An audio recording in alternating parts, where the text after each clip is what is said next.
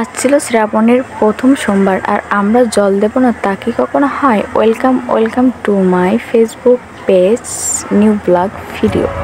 সবাই কেমন আছেন? আশা করি সবাই অনেক ভালো আছেন। তো ফার্স্টে বিধি হচ্ছে ঘট কিনছিল, প্রসাদ কিনছিল, যে বলছিল যে ঘটের ভিতরে একটা ছোটই মানে তেলাও কাছে, মানে খুব হাস্যকর একটা জিনিস।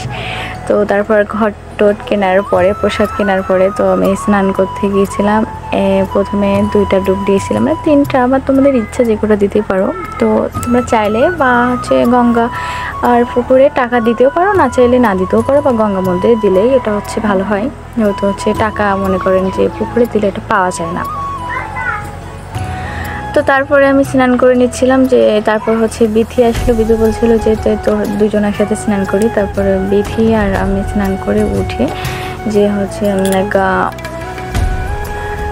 ঘটে এবং হচ্ছে ডাবের মুখে ফুল দিচ্ছিলাম। ও ঘট কিনেছিল আর আমি বাড়ি থেকে একটা ডাব কিনে নিয়ে গেছিলাম, আর ডালাটা অনেক সুন্দর করে সাজিয়েও এনেছিলাম। আর আজ হচ্ছে শ্রাবণের প্রথম সোমবার, তাই কিন্তু অনেক মানুষ হয়েছিল। আর আমরা সকাল সকালে গিয়েছিলাম, এর জন্য তেমন একটা মানুষ হয়নি। তারপরে মানে আমরা আসার পর দেখি অনেক মানুষ হয়েছিল। তো চারি সাইডে ভিডিও করে দেখালাম কিছু। তারপরে আমরা ফার্স্টে গিয়েছিলাম গঙ্গা মন্দিরে পুজো করতে। গঙ্গা মন্দির পুজো করার পরে ফুল দিচ্ছিলাম, একটু প্রসাদ দিলাম, যে প্রসাদ আমরা কিনেছিলাম। প্রসাদ দেওয়ার পরে মাকে ফুল দিয়ে প্রণাম করে তারপরে বেরিয়ে চলে আসলাম। তারপরে হচ্ছে বিধি দিচ্ছিল, বিধি দেখলাম ভালোভাবে মাকে প্রণাম করে নিচ্ছিলাম।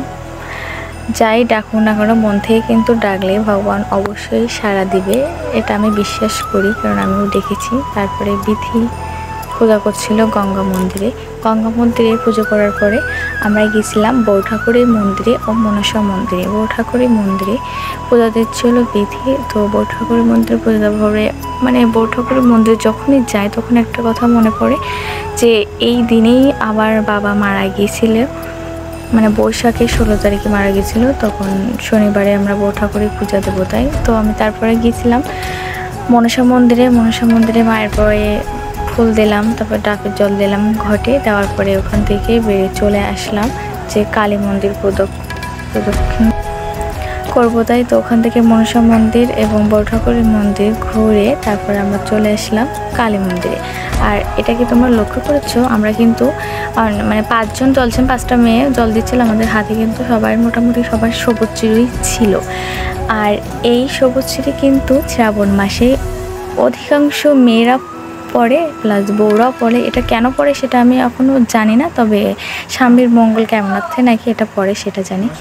আর এই সবুজ চিড়ি কেন পরে বা পড়লে কি হয় তোমরা যে জানো অবশ্যই আমাকে কমেন্ট করে জানিও। আর আসছে শেষ সোমবার, মানে 11ই আগস্ট, আমাদের এখানে সারাদিন ব্যাপী জল প্রদান করা হবে।